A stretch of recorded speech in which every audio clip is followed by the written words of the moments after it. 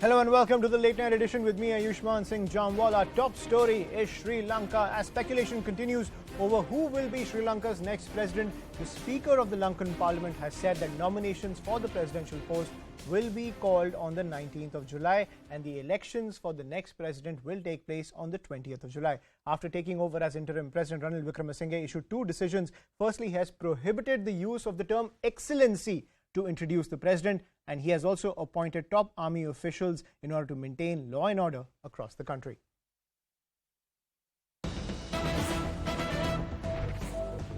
Now, ahead of the Sri Lankan Parliament session tomorrow, the leader of the opposition, Sajith Premadasa, has announced his candidature for the post of president. He was speaking to my colleague and managing editor of CNN News 18, Zakir Jacob. Listen in to that conversation. Are you one of the leading contenders to be the next Prime Minister of Sri Lanka? Our party is SJB and we have an alliance, SJB Alliance. This is the main opposition party, and right now what you have is a skewed representation. Parliamentary representation is lopsided. It does not reflect the aspirations of the people of the country, because today the Rajapaksa ideology is a failed ideology.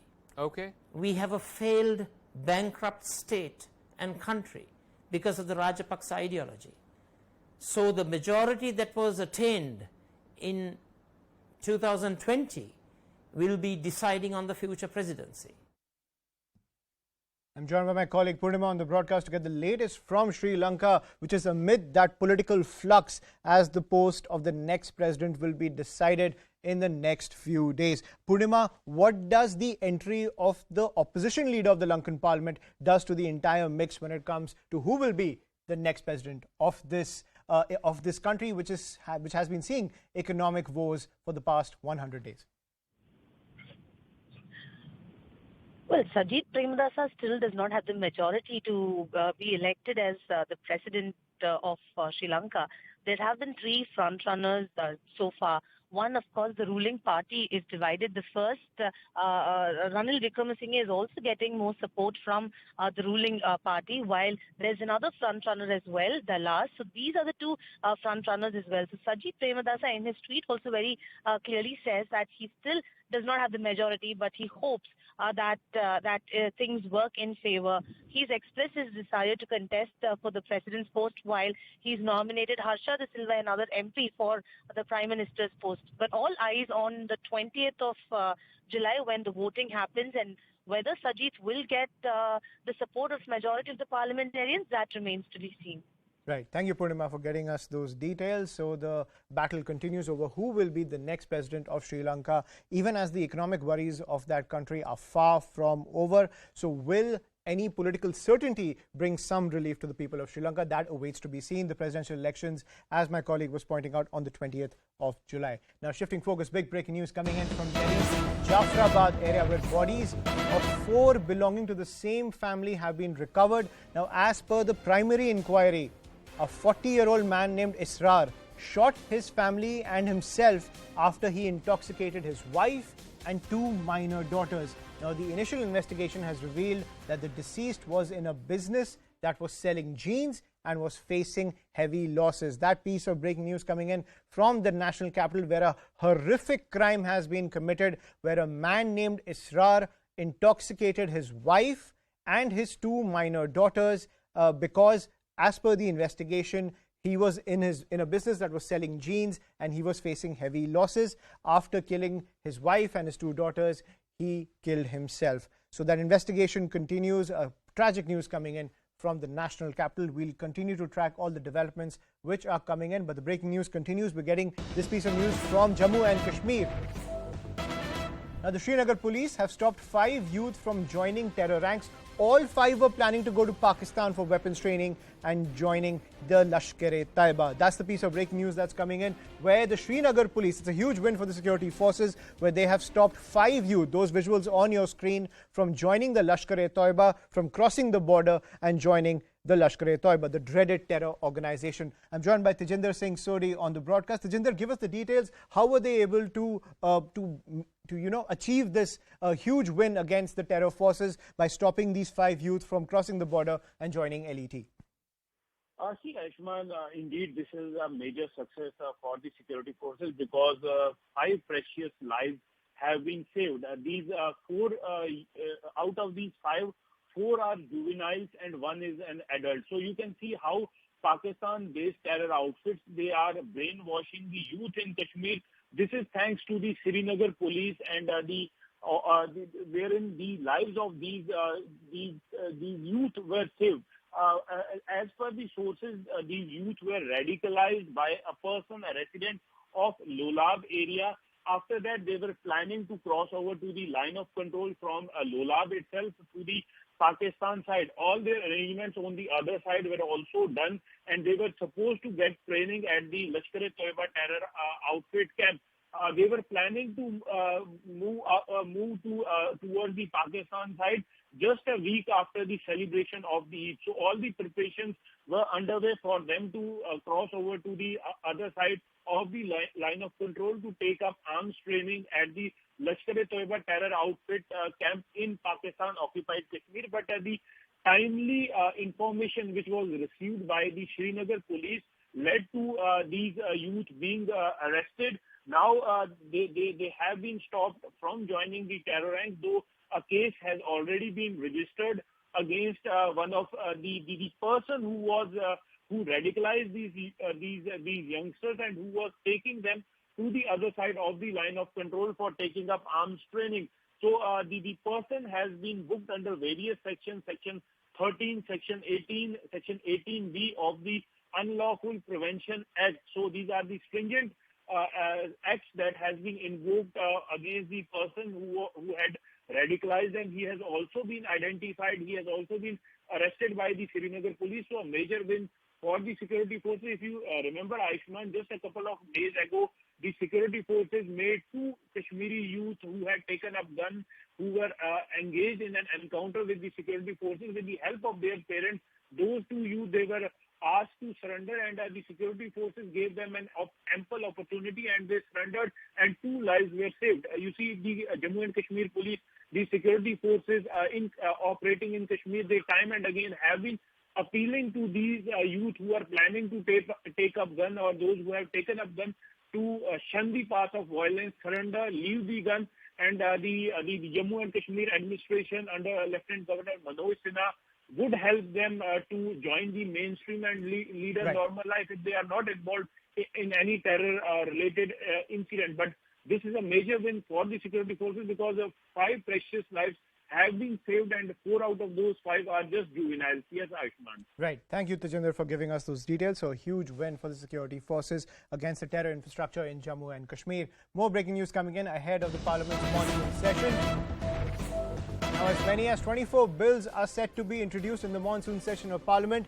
The anti-maritime piracy bill is likely to be tabled along with another key bill that will be introduced to regulate digital media. That's the piece of breaking news that's coming in. I'm joined by Arunima on the phone line to get the latest details on these 24 bills which are likely to be introduced in the monsoon session of Parliament. Arunima, what are the highlights of these 24 bills, and what is the government likely to face the most challenges when it comes to passage of these 24 bills? So one of the key bills that have been listed is a bill to replace the special economic zone law that is there. There is a new bill that has been listed titled Development Enterprises and Services Hubs Act of 2022, abbreviated as the DESH Act. This bill, why it is significant is that after it comes to effect, the existing SEZ, or the special economic zones and the economic zones, will be developed as development hubs, and there will be a single window clearance. So it's an attempt to push for that, ease of business plan that the government has. That is one of the bills that is being listed. The other bills, of course, that are coming up have to do with India's maritime boundaries. There is a wildlife protection bill, that's the anti-maritime piracy bill is there. There is a bill which is still awaiting cabinet's approval, but it has been listed, and that's about the digital media's recognition. the Press and Registration Periodical Bill 2022.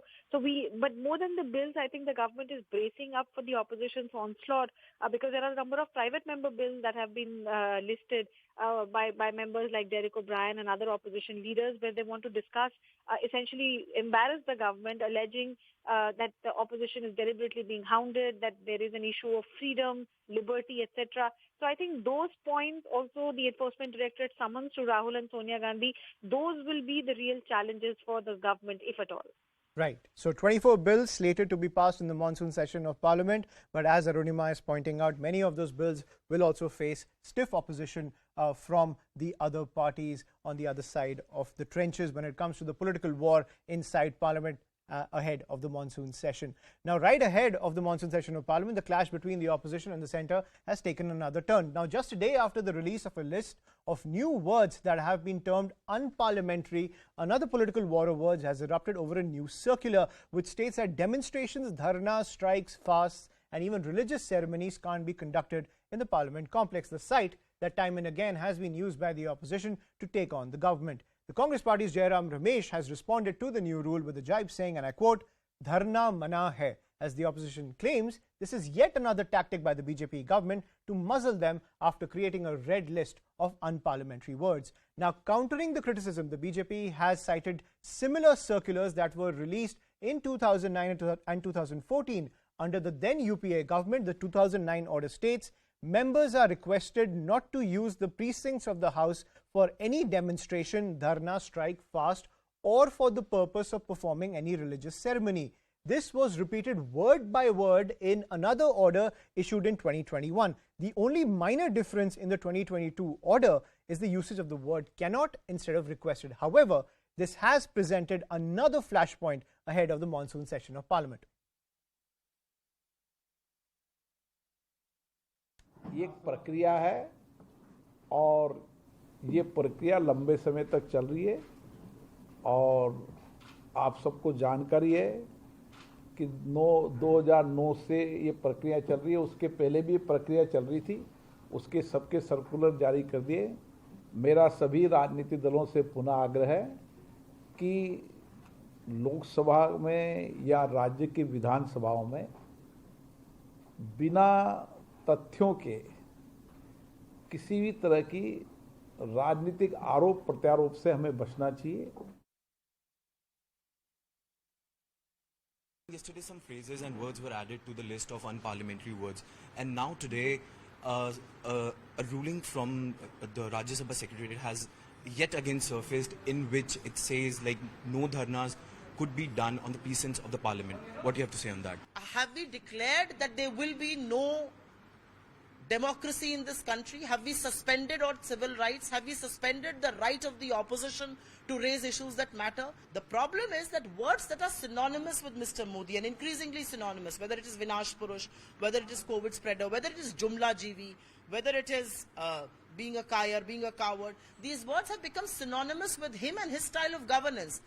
But you can't wash away the fact that this is what describes you. This is the legacy you will leave behind after 2024. And you can expunge them today, but the country will continue to talk about them. It has become a habit of the opposition to peddle one fact-free argument a day and to push spurious allegations just for the sake of opposition. One day it is a national emblem, the other day it is an alleged word ban list that wasn't, and today it is an alleged dharna ban that isn't.